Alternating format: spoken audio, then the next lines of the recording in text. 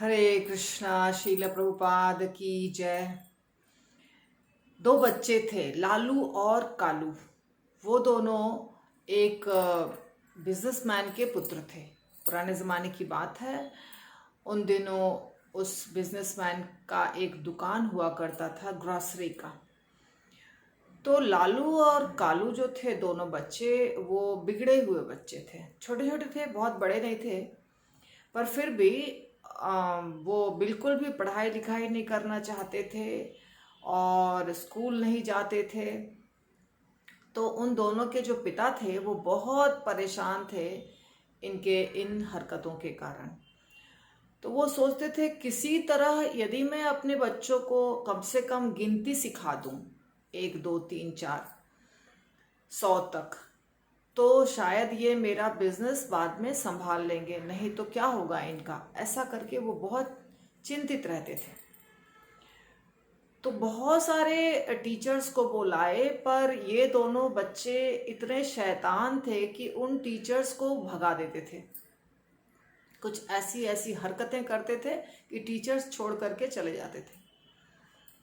तो अंत में इनके पिता ने ये डिसाइड किया कि अब जो टीचर मुझे ऐसा मिलेगा कि पक्का इन लोगों को सिखा देगा, कम से कम 100 तक गिनती सिखा देगा या कुछ और ज्ञान दे देगा, तो मैं उसको अपना जो मेरा जो भी बिजनेस है उसका आधा उसको मैं दे दूंगा। तो इस लोभ में एक ब्राह्मण टीचर आया उनके पास। ठीक है, मैं आपके बच्चों को सिखा दूंगा। फिर वो दोनों बच्चों को बहुत कोशिश करने लग गया सिखाने का। तो उनको लेकर के वो ऐसे घूमने के लिए बाहर जा रहा था एक दिन। तो उन्हें रास्ते में एक गाय दिखी। तो टीचर ने कहा बच्चों से कि बताओ तो गाय के कितने पैर हैं, गिनो जरा इसको। तो एक बच्चे ने गिनना शुरू किया और बोला कि 1 2 3। जब बोलने वाला था तो उसका दूसरा भाई बोलता है, अरे अरे मत बोलो मत बोलो, ये तुम्हें इसी तरीके से गिनती सिखा देगा, ये बहुत चालाकी है इसके इस कार्य में। तो दूसरा भाई बोलता, हाँ तुम ठीक बोल रहे हो, ये तो हमें पता ही नहीं था कि ये हमको 1 2 3 करके गिनती सिखा रहा है। तो फिर ठीक है, वो मुंह बंद कर लिया, अब नहीं बोलूँगा। तो वो टीचर बहुत परेशान हो गया था। फिर ऐसे ही समय कुछ बीत गया और ये दोनों बच्चे बीड़ी सिगरेट जो होता है, उन दिनों जो भी था सिगरेट, वैसा पीने लग गए थे। तो टीचर, एक दिन की बात है, टीचर रात को सो रहे थे, बच्चे भी सो रहे थे एक ही रूम में, क्योंकि सब साथ में रहते थे शिक्षा देने के कारण। तो दोनों बच्चों ने सोचा कि हमें तो किसी न किसी तरह से सिगरेट पीना ही है। तो वो टीचर को इंतज़ार किए कि सो जाएं और तब हम सिगरेट पिएंगे। जब टीचर नींद में थे, दोनों बच्चे निकले रूम से बाहर और जाकर सिगरेट पीने लग गए। पी करके जब अंदर आए तो उन लोगों ने अपने जैसे सोए थे उसी अवस्था में जा करके घुस गए रजाई में। टीचर की नींद खुल गई और वो बोलने लगे कि कहाँ से स्मेल आ रहा है, कहाँ से स्मेल आ रहा है सिगरेट का। दोनों बच्चे उठे और बोलते हैं कि हम लोग तो कुछ सिगरेट पिए नहीं हैं, पता नहीं, हम तो कुछ नहीं जानते, हम तो सो रहे हैं और हम तो आपसे पहले ही सो गए थे। फिर टीचर उन लोगों का हाथ पकड़ के देखे और बोलते हैं कि तुम्हारे हाथ से स्मेल आ रहा है। तो बच्चे बोलने लग गए कि हम तो पिए नहीं हैं, ऐसा हो सकता है कि हम नींद में सो रहे हों और कोई हमारे हाथ में सिगरेट देकर पी लिया हो। तो अगर हमारे हाथ में सिगरेट डाल के कोई दूसरा व्यक्ति पिएगा तभी भी हमारा हाथ स्मेल करेगा। तो यही बात हुई होगी, हम लोग तो सिगरेट पीते नहीं हैं, हम तो पिए नहीं हैं, आपको तो पता है। तो इतने ज़्यादा बदमाश थे वो दोनों बच्चे।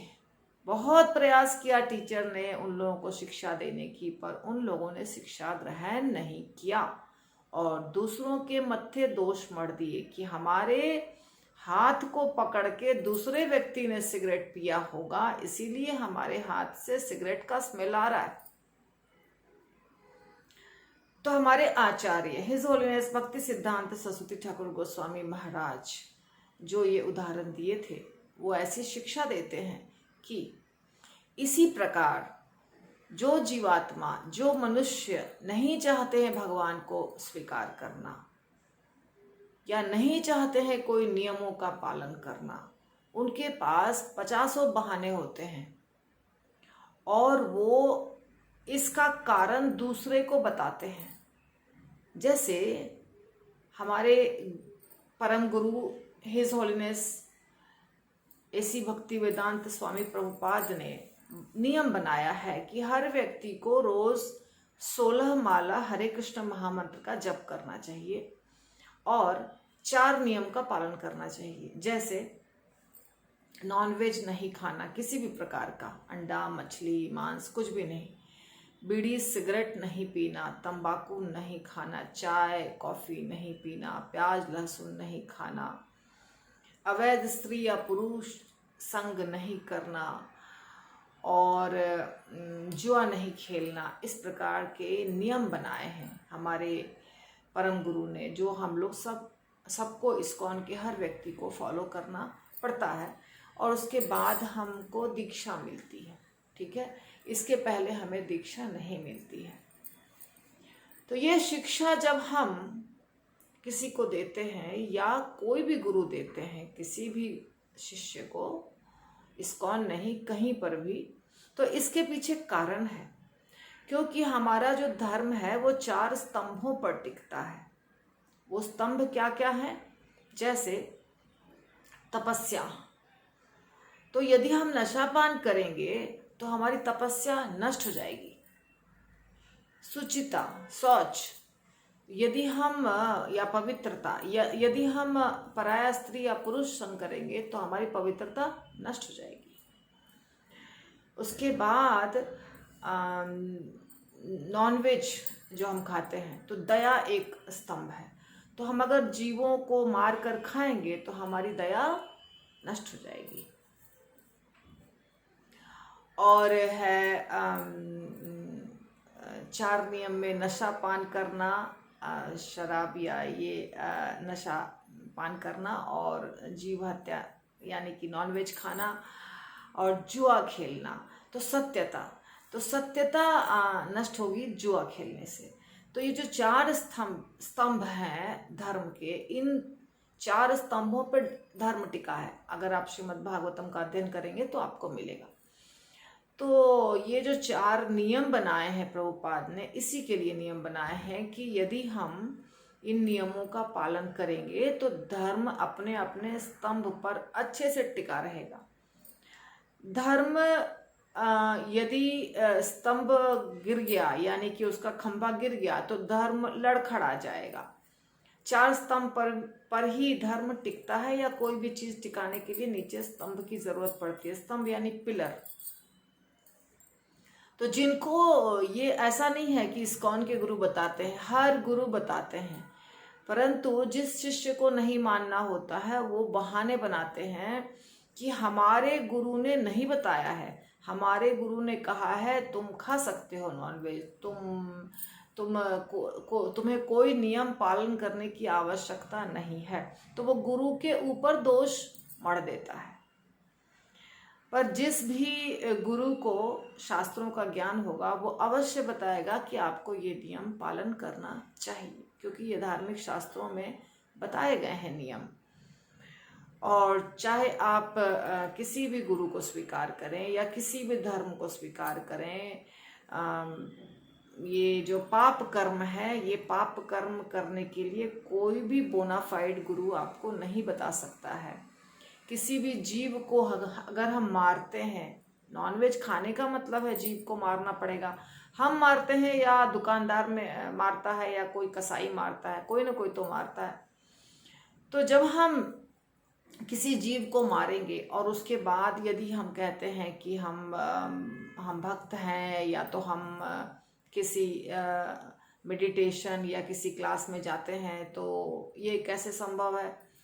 जब हम समाज सेवा करना चाहते हैं, परोपकार करना चाहते हैं, हम धर्म का पालन करना चाहते हैं, तो परोपकार सिर्फ मनुष्य के लिए तो नहीं है ना, परोपकार तो सबके लिए है। जैसे मनुष्य को पीड़ा होती है, उसके हाथ पैर को काट दिया जाए, उसको जान से मार दिया जाए तो मनुष्य को पीड़ा होती है, तो उसी तरह से जब आप किसी और जानवर को मारेंगे तो उसको भी पीड़ा होगी। और सिर्फ पीड़ा नहीं होगी, उसको मारने के बाद जब वो मर जाएगा तो उसका परिणाम भी भुगतना पड़ेगा। वो मर जाएगा, लेकिन जिसने मारा, जो खाया उसका मांस, जो खरीद कर ला कर दिया, जो किचन में उसको पकाया, हर व्यक्ति को उसका फल भुगतना पड़ेगा। ये प्रकृति का नियम है। जैसे प्रकृति के जितने भी नियम हैं, जैसे आप साधारण तरीके से फिजिक्स में पढ़ते हैं, Newton's third law, every action has equal and opposite reaction. जैसे आप एक गेंद को नीचे जमीन पर पटकते हैं तो वो गेंद उछल कर ऊपर जाता है, वैसे ही हम यदि किसी को मार देते हैं, अभी तो लग रहा है कि वो मर गया, खत्म हो गया, वो कैसे बदला लेगा हमसे, यही लग रहा है ना कि उसको तो हमने मार दिया। वो तो छोटा निरीह प्राणी था, उसके पास शक्ति नहीं थी अपनी रक्षा करने के लिए, इसलिए तो हमने उसको मार दिया, मार के खा गए। लेकिन प्रकृति के नियम के अनुसार उसके पीछे कोई है जो सजा देगा उस व्यक्ति को जो मार के खाया। आप कहेंगे कि बाजार में मिलता क्यों है फिर? तो दुनिया में तो बहुत सारी चीजें मिलती है, तो सब हमारे खाने के लिए बनी है क्या? इस दुनिया में जहर भी मिलता है, तो क्या जहर खा लेंगे आप? नहीं खाएंगे, तो फिर उसको क्यों खाएंगे? जीवो जीवस्य भोजनम है, जीव ही जीव का भोजन है, लेकिन किस जीव के लिए कौन सा भोजन है ये जानना आवश्यक है ना। हमारे लिए वो प्राणी नहीं बने हुए हैं। जो प्रकृति का नियम है उसके अनुसार जो प्राणी जिस प्राणी का भोजन है उसको खाना चाहिए। हमारे लिए घास पात, फल फूल, दूध, दही, अनाज बना हुआ है। पत्रम पुष्पम फलम तोयम यो मे भक्त्या प्रयच्छति। शेर के लिए है हिरण, शेर के लिए उस प्रकार के प्राणी हैं, कार्निवोरस एनिमल। हमारे लिए वो प्राणी बने हुए नहीं है। मनुष्य को कभी भी किसी प्राणी को मार कर खाने का अधिकार नहीं है। तो यदि खाएंगे तो परिणाम अवश्य मिलेगा। इसी प्रकार हर चीज का परिणाम, और हम देख रहे हैं कि जो व्यक्ति ज्यादा सिगरेट पीते हैं उनको प्रॉब्लम होता है लंग्स में, शराब पीते हैं उनके लिवर में प्रॉब्लम होता है, पराया पुरुष स्त्री संग करते हैं एड्स होता है।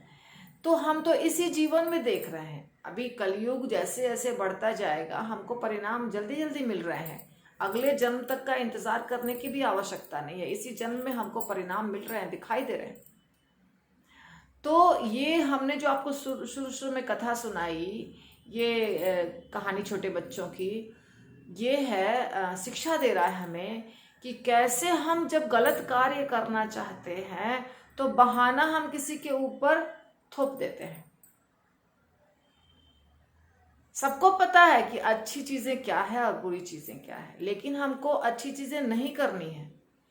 लेकिन हम कुछ भी करें, कितना भी हम चालाकी करें, पर नियम से नहीं बच सकते हैं। प्रकृति का जो नियम है उससे हम नहीं बच सकते, हमें तो सजा मिलेगी ही।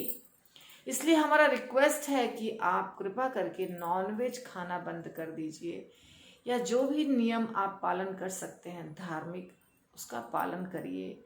यदि आपके गुरु हैं तो बहुत अच्छी बात है, नहीं है तो गुरु स्वीकार करिए। और आप मेरे वीडियोस को पवित्र मंजरी देवीदासी के नाम से YouTube पर सर्च कर सकते हैं। और please like share and subscribe. शील प्रभुपाद की जय। हरि बोल।